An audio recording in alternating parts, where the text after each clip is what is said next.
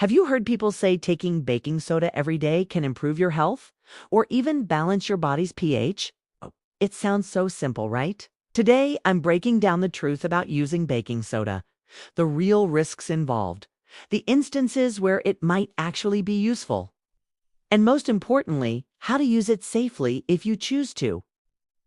Hi everyone, welcome back to Contain Your Life. If you're interested in simple, actionable health tips, natural remedies, and want to know what actually works versus what's just a passing trend, you are absolutely in the right place. We are diving deep into that little orange box you probably have in your fridge or pantry, baking soda. So let's start with the basics.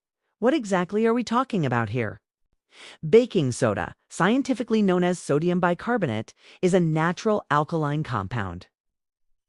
It's famous for being a leavening agent in baking, making our breads and cakes rise, and it's also an incredible non-toxic cleaning agent. But beyond the kitchen and the bathroom, many people have started using it internally. They use it for general digestion, neutralizing heartburn, and some athletes even use it to try and boost energy and endurance. Now, for the million-dollar question, is it actually good to take baking soda daily? The short answer, and I want to be very clear about this for most people, is absolutely no. While it is true that baking soda is highly effective at neutralizing stomach acid, that's why it works so well for temporary heartburn. Taking it every single day can cause significantly more harm than good, especially over the long term. Let's break down the three main reasons why daily use is risky. First, baking soda is extremely high in sodium. Just half a teaspoon, which is a common dose recommendation for mixing with water, contains around 600 milligrams of sodium. If you're following a standard health guideline of less than 2,300 milligrams per day, that half teaspoon takes up a huge chunk of your daily allowance. Consistent high sodium intake can raise blood pressure, which is a major concern for heart health. Second, daily use can seriously disrupt your normal digestive process. Your stomach acid isn't just there to cause you discomfort. It plays a critical role in breaking down food, absorbing vital nutrients like B12 and calcium, and defending your body against harmful bacteria that enter through your food. If you neutralize that acid every day, you hinder proper digestion and nutrient absorption, potentially leading to long-term deficiencies. Third, and perhaps the most serious risk, is something called metabolic alkalosis. This happens when your body's pH level becomes too alkaline due to frequent high intake of alkaline substances. Symptoms can range from muscle weakness and confusion to serious issues like irregular heart rhythms and even seizures. So, if daily use is out, when is it okay to use baking soda? It can be helpful occasionally, particularly as a short-term, inexpensive remedy. The best uses include temporary, acute heartburn relief. If you have occasional acid reflux and need quick relief, a small dose can help immediately. It can also be used by certain competitive athletes for short-term performance buffering.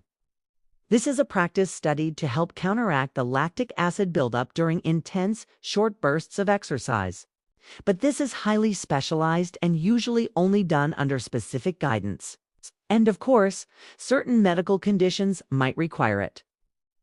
But this should only ever happen under strict supervision and instruction from a qualified doctor. Do not self-prescribe baking soda for a chronic condition. If you are only using it occasionally for heartburn, what's the best way and time to take it? If you do choose to use it, the general consensus is to take it on an empty stomach. This means taking it at least 1 to 2 hours before or after you eat a full meal.